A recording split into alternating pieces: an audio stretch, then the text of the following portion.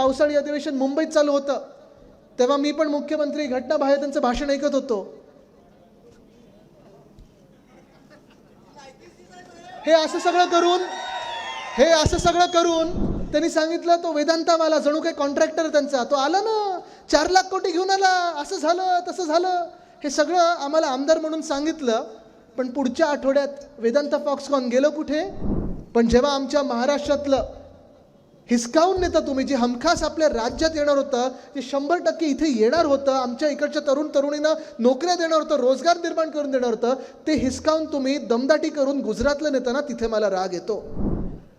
मी काय तुम्हाला सांगणार, तुमच्याकडून शिकायला आणि तुमचे आशीर्वाद घ्यायला मी इथे आलेलो आहे. आज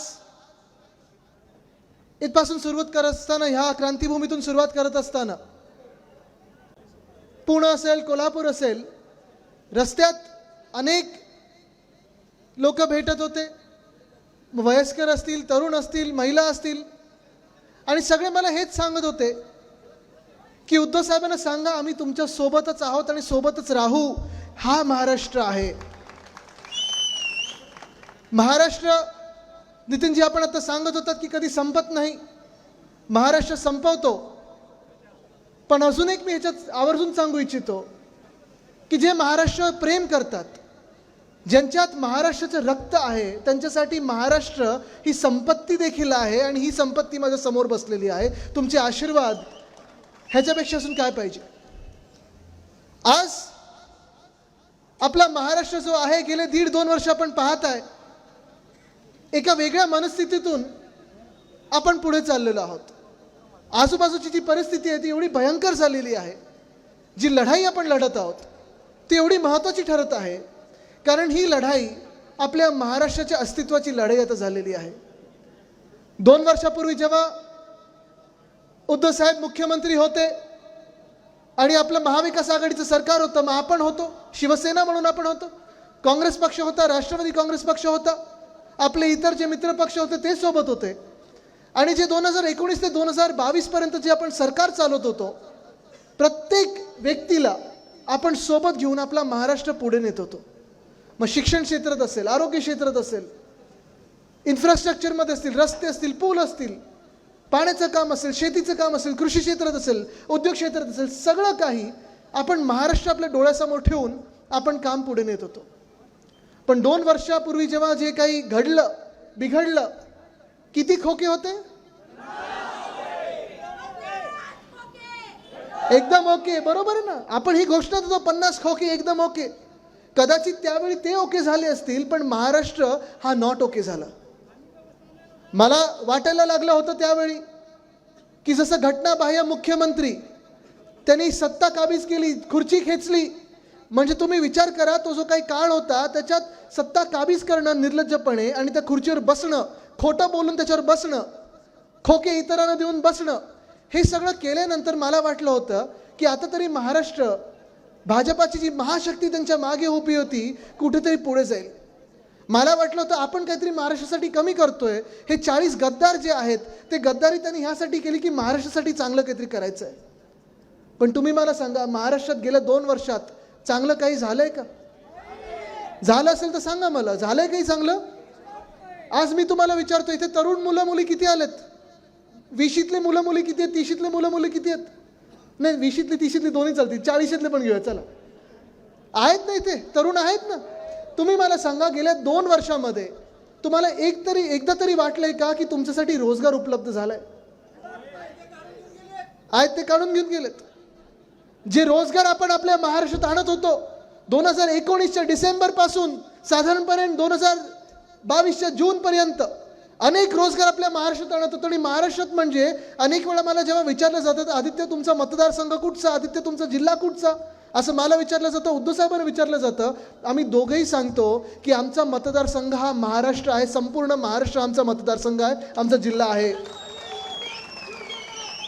कारण अनेकदा असं होतं की जी राजकीय लोक, जी राजकीय मंडळी त्या खुर्च्यांवर बसतात, त्या मंत्रिपदांवर बसतात, जी पदं त्यांच्याकडे मिळतात, मग त्यांच्या खात्यातले जे काही स्कीम्स असतात, ज्या काही योजना असतात, ज्या आता जसं नितीनजी सांगत होते वाढत जातात, त्या योजना ह्या त्यांच्या जिल्ह्यात नेतात, त्यांच्या मतदारसंघापूर्व ठेवतात. पण आम्ही तसं केलं नाही.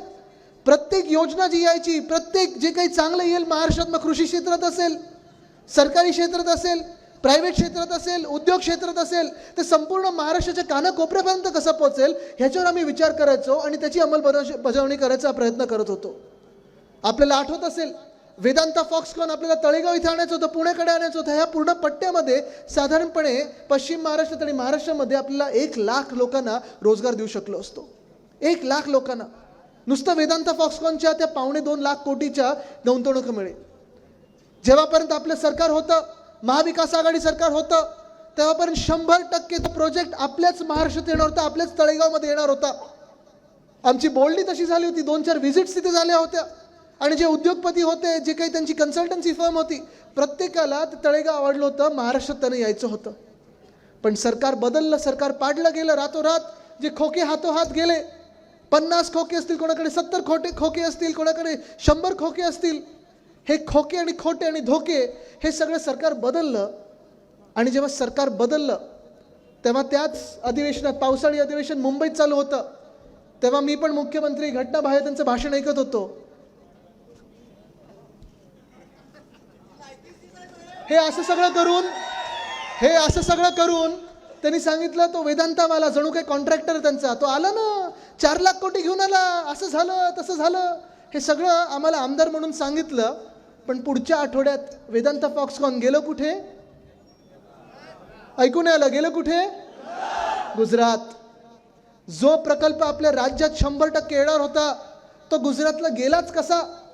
जो प्रकल्प, जे घटनाबाह्य मुख्यमंत्री ज्यांनी खुर्ची काबीज केली, सत्ता काबीज केली, सांगत होते की आला 4 लाख कोटी घेऊन आला. एकतर 2.25 लाख कोटीचा प्रकल्प 4 लाख कोटी सांगतात, म्हणजे तेवढंही माहिती नाही.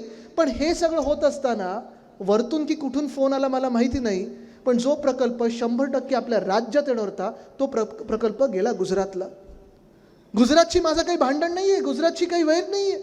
जे काही गुजरातमध्ये जायचं असेल, तामिळनाडूमध्ये जायचं असेल, केरळात जायचं असेल, लडाखमध्ये जायचं असेल, मणिपूरला जायचं असेल, केंद्र सरकार तिथे दंगली पेटल्यात तरी गेलं नाही आहे, पण मणिपूरला पण जायचं असेल, ते उद्योग तिथे गेले पाहिजेत. प्रत्येक राज्य जेव्हा विकसित होईल तेव्हा आपला देश पुढे जाईल, ह्या भूमिकेचा मी आहे.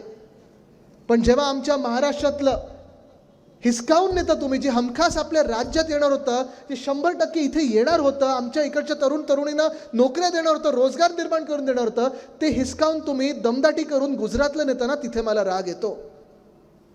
जसं वेदांता फॉक्सकॉनचा प्रकल्प आहे, तसं एअरबस टाटाचा प्रकल्प आहे. एअरबस टाटा आपण तिथे नेणार होतो मिहानला, नागपूरजवळ. तिथे अनेक वर्ष मिहान ते बनून तसंच्या तसं पडलं होतं. काही उद्योग तिथे जात होते.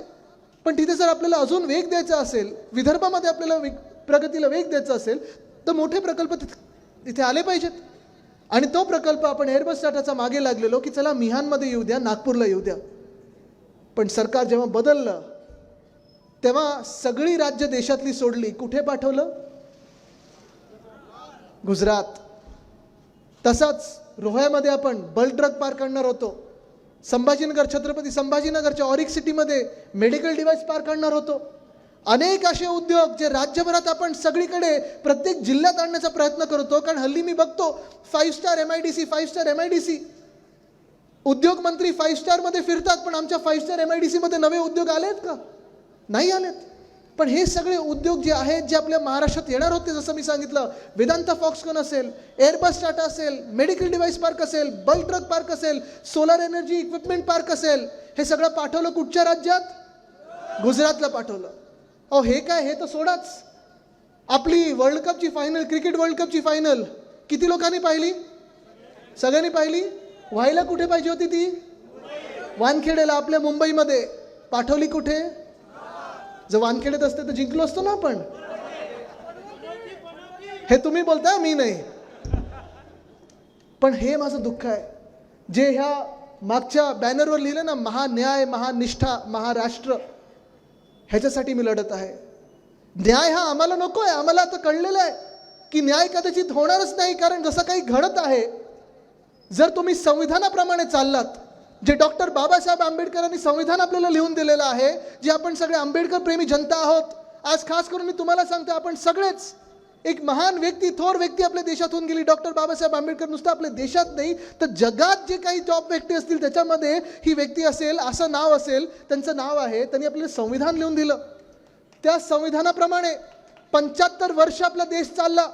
आम्ही सगळी जी शपथ घेतो ती संविधानाची शपथ घेत असतो, त्याप्रमाणे चालत असतो. मग मंत्री असतील, माजी मंत्री असतील, आमदार असतील, खासदार असतील, अगदी प्रधानमंत्री आणि मुख्यमंत्री आत्तापर्यंतचे सगळे जे होऊन गेलेले आहेत ते डॉक्टर बाबासाहेब आंबेडकरांनी जे संविधान लिहून दिलं त्याप्रमाणे चालतात.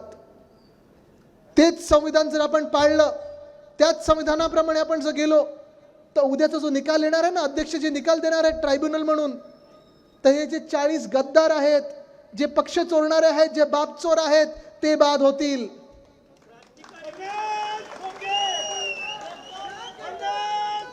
पण जर भाजपला जे संविधान लिहायचंय, भाजपला जे संविधान बदलायचंय, कारण त्यांना हे संविधान आवडत नाही, त्यांना संविधान बदलायचंय, जर त्यांच्या संविधानाप्रमाणे जर गेलो तर मग तुम्हाला माहिती आहे की आपली बाधीची वेळ येणार.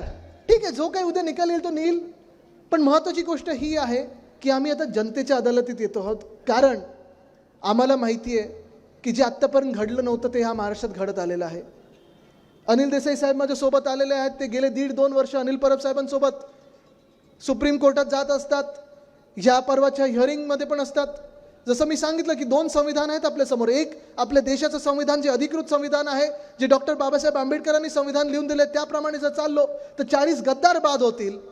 पण जर निकाल वेगळा कुठचा यायचा असेल, जर अन्याय आपल्यावर व्हायचा असेल, तर ते भाजपच्या संविधानाप्रमाणे जातील. मला अपेक्षा हीच आहे की जे अध्यक्ष आहेत राहुल नार्वेकर आमच्यात पण होते, मग त्यानंतर मला वाटतं राष्ट्रवादी पक्षात होते, मग आता भाजपमध्ये आहेत, कदाचित पुढे काँग्रेसमध्ये जातील, माहीत नाही किती पक्ष आपल्या राज्यात आहेत. ते त्यांचा मार्ग निवडत असतात, ते मोकळे आहेत. पण त्यांनी आपल्या संविधानाशी इमान राखावं. डॉक्टर बाबासाहेब आंबेडकरांनी जे संविधान लिहिलेलं आहे त्या संविधानाशी इमान राखावं, ही माझी मनोमन इच्छा आहे. आणि ती मला वाटतं इच्छा आपल्या जनतेची देखील असेल. पण आज मी तुमच्याकडे न्याय मागायला आलो नाही. मला माहिती आहे तुम्ही न्याय करणार, अन्यायाविरुद्ध आपण लढायला तयार आहोत. पण हा अन्याय आणि हा न्याय, ही जी लढाई आहे, ही नुसतं शिवसेना उद्धव बाळासाहेब ठाकरे ह्या पक्षाची नाही आहे. ही लढाई नुसतं आमच्या 16 आमदारांची नाही आहे, ही सगळ्या वाघांची नाही आहे. ही सगळं जे आहे ते महाराष्ट्राबद्दल चाललेलं आहे. जे मी आज तुमच्याकडे आलो आहे, जे पुन्हा पुन्हा मी सांगतो, महान्याय, महानिष्ठा. न्याय कोणासाठी हवा आहे, निष्ठा कोणाबद्दल आहे, हा विचार करण्याची गरज आता आलेली आहे, ही वेळ आलेली आहे. जी महानिष्ठा आणि महान्याय मी बोलत आहे, आपला महाराष्ट्र न्याय मागत आहे आता आपल्याकडे. प्रत्येक जिल्ह्यामध्ये मी जिथे जिथे फिरत आहे, प्रत्येक मतदारसंघात असेल, प्रत्येक तालुक्यात असेल, प्रत्येक शहरात असेल, तुम्ही जाऊन विचारा की जी भाजपानी आणि ह्या खोके सरकारनी, मिंदे गटांनी जे सरकार काबीज केलेलं आहे, जे घटनाबाह्य सरकार आहे, जे आपल्या देशाच्या इतिहासात कधीही बनलं नव्हतं असं सरकार बनलेलं आहे, तरी तुमच्या आयुष्यात चांगले दिवस, अच्छे दिन आणले आहेत का? आणलेत का? गेले 9 वर्ष आपण विचार करतोय की अच्छे दिन आएंगे, अच्छे दिन आएंगे, अच्छे दिन आएंगे. आलेत अच्छे दिन? आलेत? नाही आलेत. इथे अंगणवाडी सेविका बसलेल्या आहेत, इथे आहेत, मला वाटतं सगळे दिसतात मला. आले का? नाही आलेत. परवा तुम्हाला पण आंदोलनावर बसायला लागलं ना. तुम्हाला मी एक ह्यांचा किस्सा सांगतो. ह्या सगळ्या आपल्यासाठी ज्या मेहनत घेतात, मला वाटतं कोविड काळामध्ये देखील तुम्ही खूप काम केलेलं होतं आणि उद्धव साहेबांनी सांगितले की तुम्ही आमच्या बहिणी आहात, तुमच्यासाठी आम्ही लढणार म्हणजे लढणारच.